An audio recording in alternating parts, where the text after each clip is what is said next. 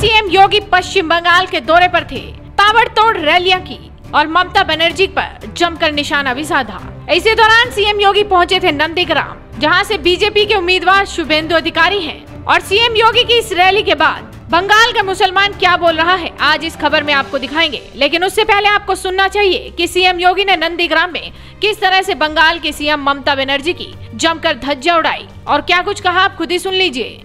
उन्हें बंगाल के विकास की चिंता नहीं, बंगाल के नौजवानों के लिए रोजगार की चिंता नहीं, बंगाल के किसानों की चिंता नहीं, बंगाल के बहन बेटियों की चिंता नहीं। उन्हें चिंता है तो घुसपैठियों को संरक्षण देने का है।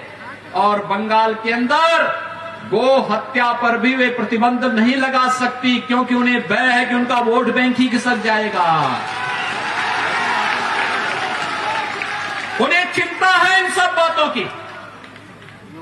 कहां है बंगाल की धरती जिसने मध्य युग में चैतन्य महाप्रभु की वैष्णव भक्ति से पूरे बंगाल के साथ ही उड़ीसा को और उत्तर भारत को अपने में समाहित कर दिया था। कहां ये बंगाल, जिस बंगाल ने स्वामी विवेकानंद को पैदा करके पूरी दुनिया के अंदर भारत की सनातन वैदिक संस्कृति का डंका बजाया था। और यही बंगाल, जब हम सिंगापुर में जाते हैं, जब हम भारत के सुदूर अंडमान निकोबार द्वीप समूह में जाते हैं, वहां भी आज हमारी कानों में एक ही आवाज सुनाई देती है। वो आवाज होती है नेताजी सुभाष चंद्र बोस की कि तुम मुझे खून दो, मैं तुम्हें आजादी दूंगा।